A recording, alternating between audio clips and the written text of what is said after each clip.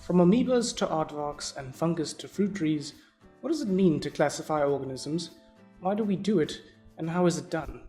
Classifying anything simply means to put it into a group. In terms of biological classification, organisms are classified or grouped with other organisms that they are most closely related to. These small groups are then classified together into larger groups, and so on, until we reach the top level of classification, which places organisms in one of three biological domains: archaea, bacteria, and eukarya. When each organism is classified in this way, it allows scientists to see the relationships between different species and make sense of a hugely diverse array of life. Modern systems of biological classifications, or taxonomy, are based on the work of a pioneering 18th century scientist called Carl Linnaeus. By studying hundreds of organisms, Linnaeus devised a method of grouping them according to their shared physical features. Those with similar physical features could be classified together.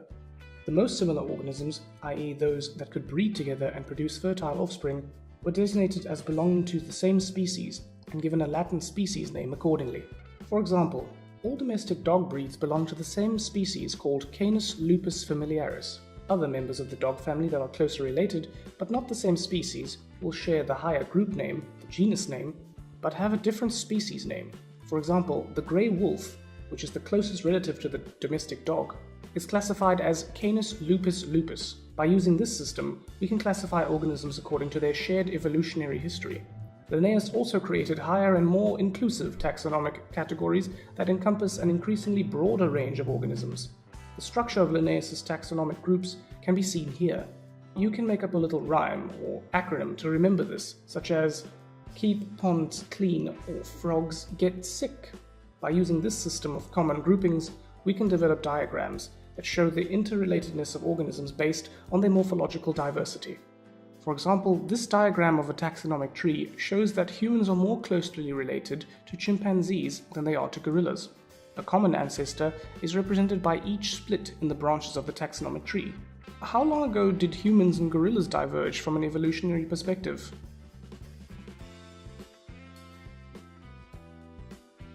Recent advances in science, including the ability to categorize DNA sequences, have enabled scientists to accurately determine how closely species are related to each other. This has led to the revision of the original grouping suggested by Linnaeus.